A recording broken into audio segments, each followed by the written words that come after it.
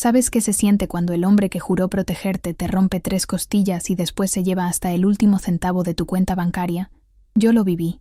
Y hoy, desde mi mansión de $5 millones, con 16 empresas a mi nombre y más poder del que él jamás soñó tener, te voy a contar cómo transformé cada golpe, cada humillación, cada lágrima de sangre, en el combustible que me convirtió en la mujer más temida y respetada de esta ciudad. Mi nombre no importa, pero mi historia sí, porque lo que me pasó durante 8 años de matrimonio fue tan brutal, tan sistemático, tan perfectamente calculado para destruirme, que hubo noches en las que rogué a Dios que me matara para no despertar otra mañana. Pero hay algo que mi ex esposo nunca entendió, que cuando una mujer toca fondo, cuando ya no tiene nada más que perder, cuando el miedo se convierte en rabia pura, se vuelve la criatura más peligrosa que existe. Esta es una de las historias más impactantes que he vivido. No es solo sobre dinero o éxito. Es sobre cómo el alma humana puede resucitar de su propia muerte. Es sobre secretos tan oscuros que cambian la química de tu sangre. Y es sobre una venganza tan perfecta, tan devastadora, que incluso yo me sorprendo de lo que fui capaz de crear. Conocí a Alejandro cuando yo tenía 23 años. Era médico, guapo, de familia acomodada, con esa sonrisa que te hace creer que has encontrado al príncipe de los cuentos de hadas. Yo era enfermera en el hospital donde él hacía sus guardias, una chica de pueblo que había llegado a la capital con 2 mudas de ropa y muchos sueños. Él me cortejó como en las películas. Flores, cenas caras, promesas de una vida juntos llena de amor y prosperidad. Me decía que era la mujer más hermosa que había conocido, que yo era su salvación, su razón para ser mejor hombre. Cuando me propuso matrimonio después de 6 meses de noviazgo, yo creí que Dios me había premiado por todos los sacrificios de mi juventud. La boda fue perfecta, vestido de diseñador, iglesia llena, luna de miel en Europa. Yo me sentía la mujer más afortunada del mundo. Alejandro era exitoso, respetado, admirado por sus colegas, y yo iba a ser la esposa del médico más prometedor de la ciudad.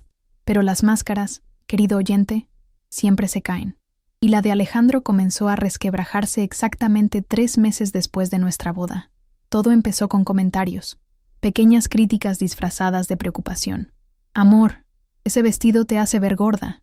¿No crees que deberías maquillarte más para cuando lleguen mis amigos? Mi mamá nunca habría servido la comida así. Comentarios que me hacían sentir inadecuada, insuficiente, como si constantemente estuviera fallando en ser la esposa perfecta que él merecía. Después vinieron las reglas.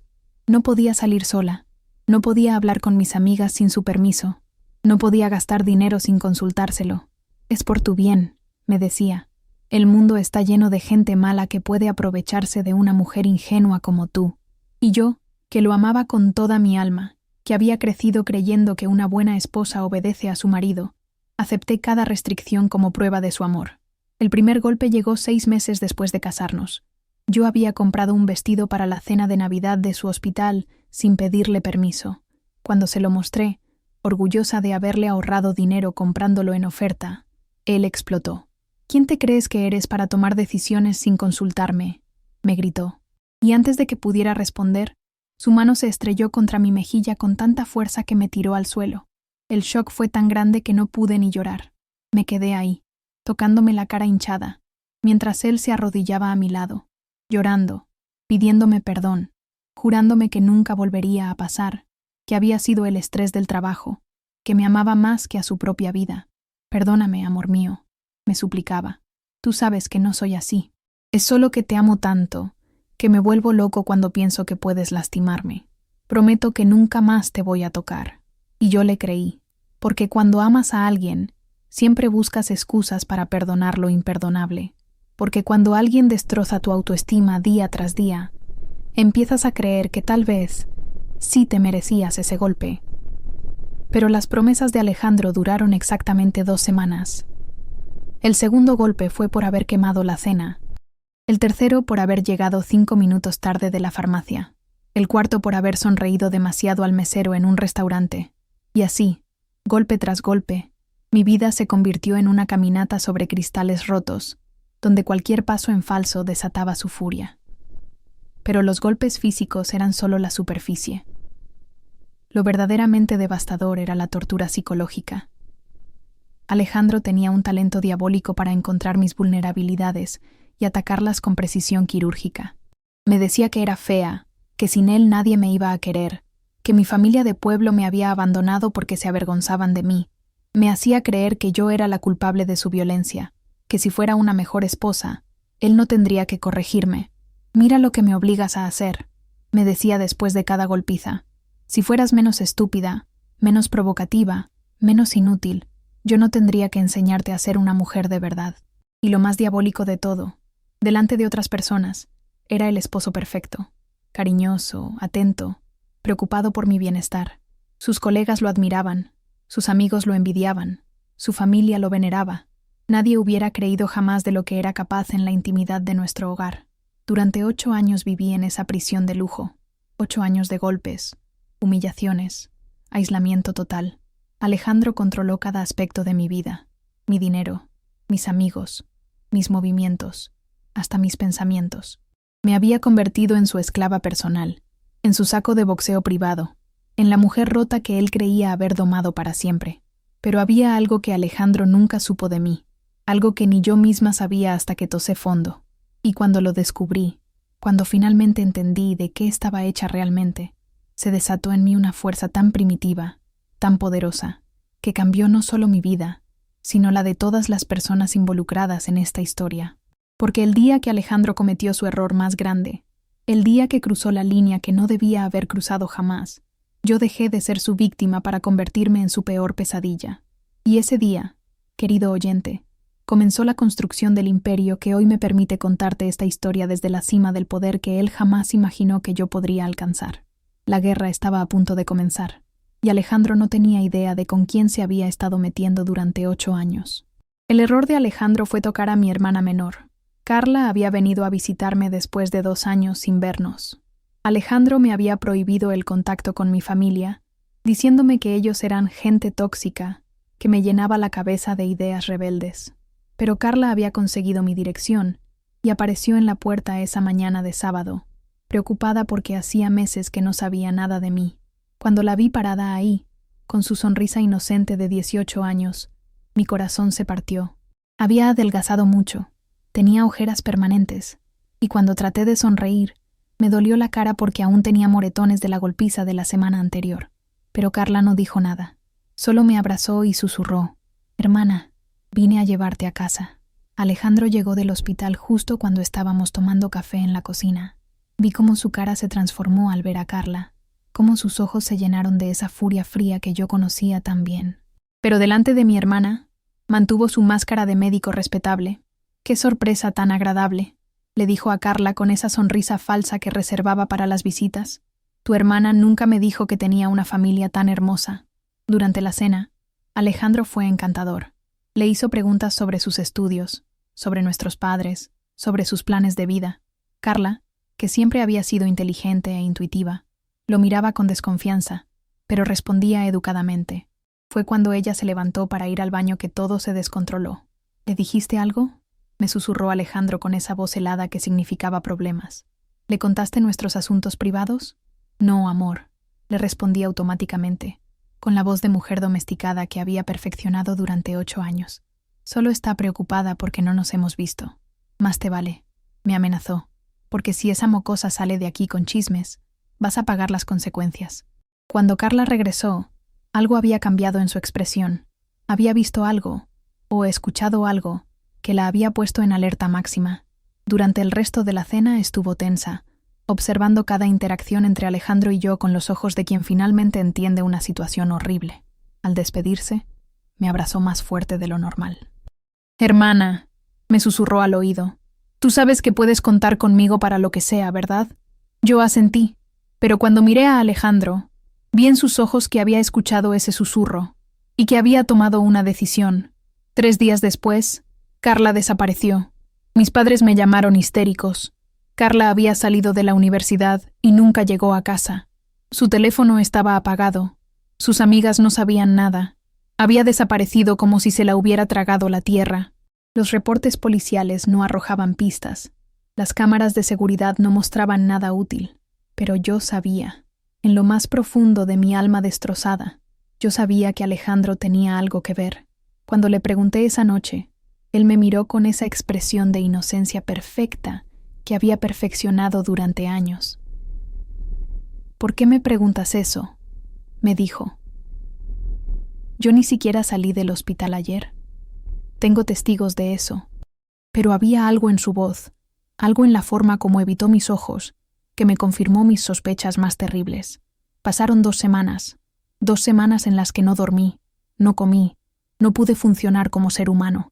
Mis padres vinieron a la ciudad a buscar a Carla, y por primera vez en años, Alejandro no pudo impedirme verlos. La situación era demasiado seria, demasiado pública, para que pudiera mantener su control absoluto. Fue mi madre quien lo dijo, entre lágrimas, mientras estábamos sentadas en la sala. Tu hermana estaba muy preocupada por ti. Dijo que algo no andaba bien en tu matrimonio, que había visto cosas que no le gustaron. Alejandro estaba en el hospital, pero yo sentí como si estuviera ahí, escuchando cada palabra. Y esa noche, cuando regresó a casa, lo confirmó todo. Tu hermanita era muy metiche, me dijo con una calma que me helaba la sangre. Demasiado curiosa para su propio bien.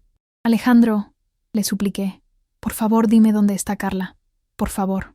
Fue entonces cuando me golpeó, pero no fue un golpe de ira como los otros. Fue un golpe calculado, preciso, diseñado para lastimar sin dejar marcas visibles. El golpe de alguien que tiene experiencia en hacer daño sin dejar evidencia. Tu hermana está donde tiene que estar, me susurró mientras yo me retorcía de dolor en el suelo, donde no puede meter las narices en asuntos que no le importan. En ese momento, algo se rompió dentro de mí para siempre, no mi espíritu. Eso ya estaba roto desde hacía años. Se rompió mi capacidad de tener miedo, porque entendí que Alejandro no era solo un hombre violento, era un psicópata, y había hecho algo irreparable a mi hermana menor, a la única persona pura e inocente que quedaba en mi vida. Esa noche, mientras él dormía plácidamente al lado, como si no hubiera destrozado una familia entera, yo tomé la decisión que cambiaría todo. Ya no iba a ser su víctima, iba a convertirme en su verdugo, pero primero tenía que encontrar a Carla, y para eso necesitaba hacer algo que nunca había hecho en 8 años de matrimonio. Necesitaba ser inteligente. Al día siguiente comencé mi investigación, pero no como la esposa asustada que había sido durante años. Comencé a investigar como la mujer que había estudiado enfermería forense antes de conocer a Alejandro, la mujer que entendía de anatomía, de medicamentos, de cómo funciona el cuerpo humano cuando está bajo estrés extremo. Revisé cada documento en la casa, cada recibo, cada llamada telefónica registrada en nuestros estados de cuenta. Alejandro era meticuloso, pero también arrogante. Creía que yo era demasiado estúpida para descifrar sus rastros. Se equivocó. En una caja fuerte que él creía que yo no sabía que existía, encontré documentos que me dejaron sin aire, propiedades que había comprado sin mi conocimiento, cuentas bancarias que no sabía que tenía, y algo que me confirmó mis peores temores. Fotografías. Fotografías de mujeres, mujeres jóvenes, mujeres asustadas, mujeres que habían desaparecido, y entre esas fotografías, con fecha de 3 semanas atrás, estaba mi hermana Carla. Alejandro no era solo un abusador doméstico, era un depredador serial, un monstruo que había usado su posición de médico respetable para hacer desaparecer mujeres durante años, y yo había estado durmiendo al lado de él, sin saber que estaba casada con el demonio. Pero las fotografías me dieron algo más que horror. Me dieron una dirección. En el fondo de una de las fotos de Carla se veía parte de una pared con un número grabado, el número de una propiedad que aparecía en los documentos de la caja fuerte, una cabaña en las montañas que Alejandro había comprado 2 años atrás, supuestamente como inversión. Esa noche, después de darle a Alejandro su té con suficientes tranquilizantes para dormir a un caballo, tomé el auto y manejé 3 horas hasta esa cabaña. Lo que encontré ahí cambió mi vida para siempre. Carla estaba viva, golpeada, aterrorizada, encadenada en un sótano que parecía haber sido usado muchas veces antes, pero viva.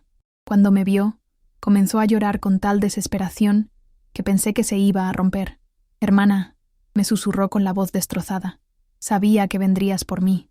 Pero Carla no estaba sola. En otras 2 habitaciones de ese sótano, encontré a 2 mujeres más.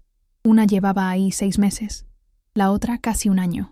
Mujeres que habían sido reportadas como desaparecidas, que habían sido dadas por muertas, que habían estado viviendo un infierno que yo no podía ni imaginar. Y en una cuarta habitación, encontré algo que me quitó para siempre cualquier vestigio de humanidad que pudiera haber sentido por Alejandro. Restos de mujeres que no habían sobrevivido a sus experimentos. Mi esposo no era solo un abusador, no era solo un secuestrador. Era un asesino serial que había estado usando su conocimiento médico para torturar y matar mujeres durante años.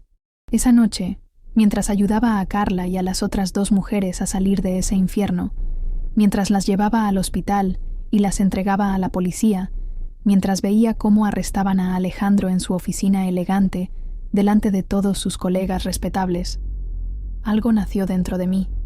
No era venganza, era justicia pura, destilada, perfecta. Porque cuando los investigadores revisaron la vida de Alejandro, cuando descubrieron el alcance de sus crímenes, cuando entendieron que había estado operando durante más de una década, yo me convertí automáticamente en la víctima superviviente más visible de uno de los asesinos seriales más prolíficos de la historia del país. Y eso, querido oyente, me dio un poder que él jamás hubiera podido imaginar. Pero mi venganza apenas comenzaba. Porque Alejandro me había robado 8 años de mi vida, me había robado mi dignidad, me había robado mi alma, y yo iba a recuperar todo eso, con intereses. Y aquí quiero que hagas algo por mí. Quiero que le des me gusta a este video, porque esta historia está llegando a su parte más intensa. Si es la primera vez que me escuchas, suscríbete al canal tocando el botón rojo que está debajo del video y activa la campanita. Es muy fácil, solo presiona suscribirse y listo. Porque lo que viene ahora te va a partir el alma. Vas a entender cómo una mujer puede resucitar de entre los muertos para convertirse en algo más poderoso de lo que sus torturadores jamás soñaron. La justicia legal era solo el comienzo. Mi verdadera venganza estaba a punto de empezar. El juicio de Alejandro fue un circo mediático. Cuando salieron a la luz los detalles de sus crímenes, cuando encontraron los restos de 15 mujeres en diferentes propiedades que él había comprado durante años, cuando se reveló que había estado operando como asesino serial mientras mantenía su reputación de médico respetable, todo el país se paralizó, y yo, la esposa superviviente, me convertí en la cara visible de todas sus víctimas. Los medios me perseguían constantemente. La mujer que vivió con el monstruo, la esposa que no sabía, la víctima que salvó a las otras. Mi rostro estaba en todas las revistas, en todos los noticieros, en todas las portadas, pero lo que los periodistas no entendían era que yo había dejado de ser una víctima el día que encontré a mi hermana en ese sótano. Ahora era algo mucho más peligroso. Era una superviviente con una misión. Durante los 18 meses que duró el proceso legal, algo extraordinario comenzó a suceder. Las familias de las víctimas me buscaban consuelo, buscaban respuestas que solo yo podía darles. Pero también comenzaron a buscarme empresarios, productores, editores. Todos querían mi historia. Esta historia puede cambiar vidas, me decía cada agente, cada productor que tocaba mi puerta. Puede ayudar a otras mujeres que están pasando por lo mismo. Y ahí fue cuando entendí la magnitud del poder que había caído en mis manos. Porque mientras Alejandro se pudrían en su celda, esperando la cadena perpetua que todos sabíamos que iba a recibir, yo tenía algo que él jamás tuvo: la simpatía y admiración de millones de personas que me veían como un símbolo de supervivencia y coraje. El primer contrato que firmé fue para un libro, 8 años con el diablo, mi vida con un asesino serial. Lo escribí en 6 meses, volcando cada golpe, cada humillación, cada noche de terror que había vivido. Pero también escribí sobre la fortaleza que había encontrado, sobre cómo había logrado salvar a mi hermana y a las otras mujeres. El libro se convirtió en bestseller internacional en 3 semanas. Las regalías comenzaron a llegar como un río de dinero que yo jamás había imaginado poseer. Pero el dinero era solo el comienzo. Llegaron las conferencias, universidades, organizaciones de mujeres, congresos internacionales sobre violencia doméstica. Todos querían escuchar mi historia. Todos querían entender cómo había logrado sobrevivir y convertirme en salvadora de otras víctimas. Cobraba $50,000 por conferencia y tenía agenda llena para los siguientes 2 años. Después vinieron las ofertas de televisión, un documental sobre mi vida, una serie dramatizada, apariciones como experta en programas sobre crimen verdadero. Cada contrato era más lucrativo que el anterior. Pero mi verdadero golpe de genio llegó cuando decidí crear mi propia fundación. Fundación Carla, la llamé, por mi hermana. Una organización dedicada a ayudar a mujeres víctimas de violencia doméstica, pero también a prevenir y detectar casos de abuso y secuestro. Los donadores llegaron como avalancha. Millonarios que querían lavar su conciencia, empresas que buscaban buena imagen, gobiernos que necesitaban mostrar que hacían algo por las mujeres. En 2 años, mi fundación manejaba un presupuesto de $20 millones anuales.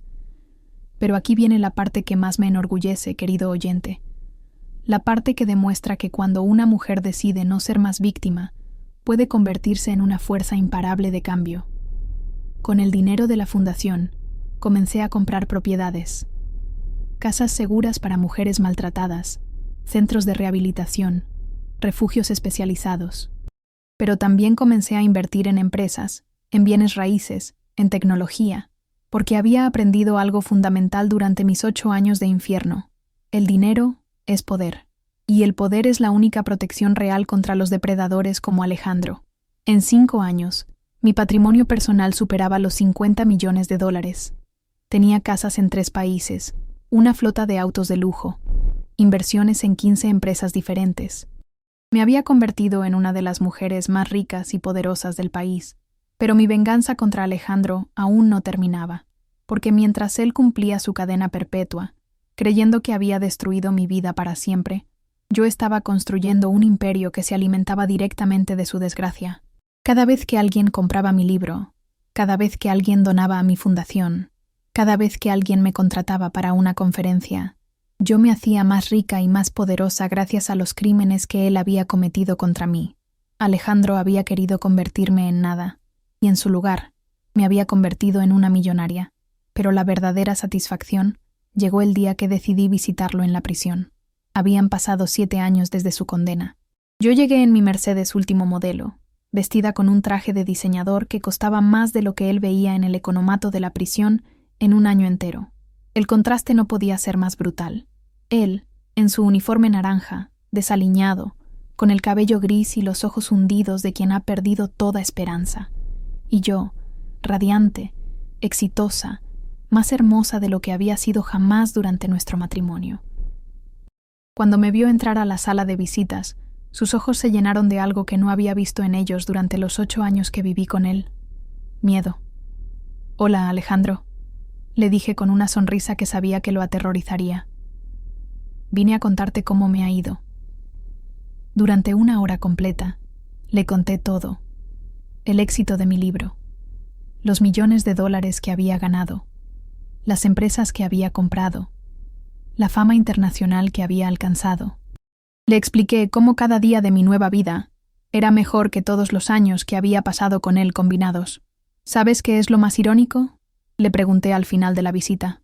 Que si no me hubieras torturado durante 8 años, si no hubieras secuestrado a mi hermana, si no hubieras sido el monstruo que eres, yo nunca habría tenido la historia que me convirtió en millonaria.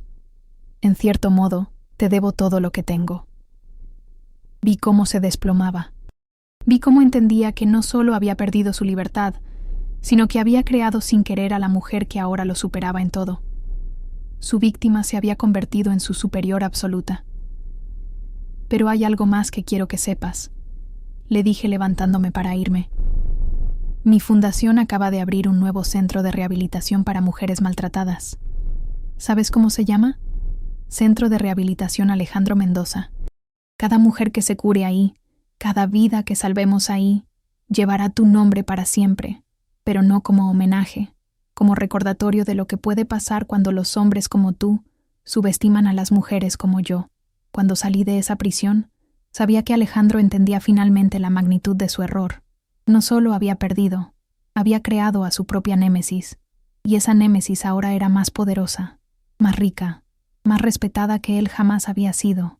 Pero mi historia no terminaba ahí, porque con mi nuevo poder decidí hacer algo que cambiaría para siempre la forma en que la sociedad trata a las mujeres maltratadas.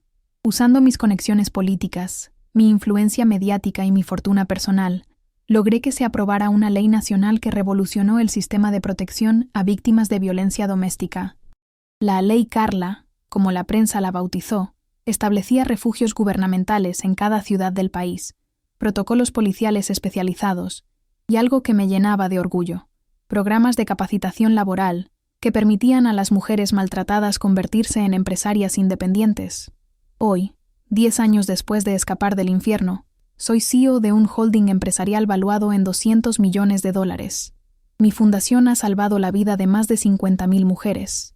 Mi historia se enseña en universidades como ejemplo de supervivencia y transformación, y mi nombre está grabado en el edificio más alto del centro de la ciudad, no como víctima, sino como vencedora. Cada mañana, cuando me despierto en mi mansión de $5 millones, cuando veo el jardín donde mis hijas juegan sin miedo, cuando reviso los reportes de las 18 empresas que dirijo, recuerdo las palabras que Alejandro me gritaba durante sus peores ataques de furia. Sin mí no eres nada, jamás vas a ser nada. Y sonrío, porque tenía razón en una cosa. Sin él, efectivamente, no habría sido lo que soy hoy, pero no porque lo necesitara, sino porque su maldad me dio la historia, la fortaleza y la misión que me convirtieron en la mujer más poderosa que jamás hubiera imaginado ser. Mi hermana Carla, que ahora es psicóloga especializada en trauma y trabaja como directora de mi fundación, me dice a menudo: «Hermana, convertiste tu peor pesadilla en tu mayor triunfo». Y tiene razón, porque aprendí que no hay venganza más perfecta que el éxito. No hay humillación más completa para un abusador que ver a su víctima convertirse en todo lo que él jamás pudo ser. Alejandro quiso quebrarme, y en su lugar me forjó como acero. Quiso silenciarme, y en su lugar me dio la voz más poderosa del país. Quiso convertirme en nada, y en su lugar me convirtió en una fuerza imparable de cambio y justicia. Ahora, querido oyente, quiero que hagas algo por mí. Quiero que le des me gusta a este video si esta historia te tocó el corazón. Y si aún no te has suscrito, hazlo ahora presionando el botón rojo de suscribirse y activando la campanita. Es muy fácil, y así no te perderás ninguno de mis relatos. Cuéntame en los comentarios, ¿has tenido que levantarte de una caída que parecía definitiva? ¿Has convertido tu dolor en fortaleza? Quiero leer tu historia, porque cada día estoy aquí para compartir relatos que nos recuerden que no importa qué tan oscuro sea el abismo, siempre podemos salir de él más fuertes que antes. Nos vemos mañana con otra historia que te va a cambiar la forma de ver la vida, porque aquí, en este espacio que hemos construido juntos, celebramos a las mujeres que se negaron a quedarse caídas. Hasta mañana, y recuerda, tu peor momento puede convertirse en el comienzo de tu mejor vida.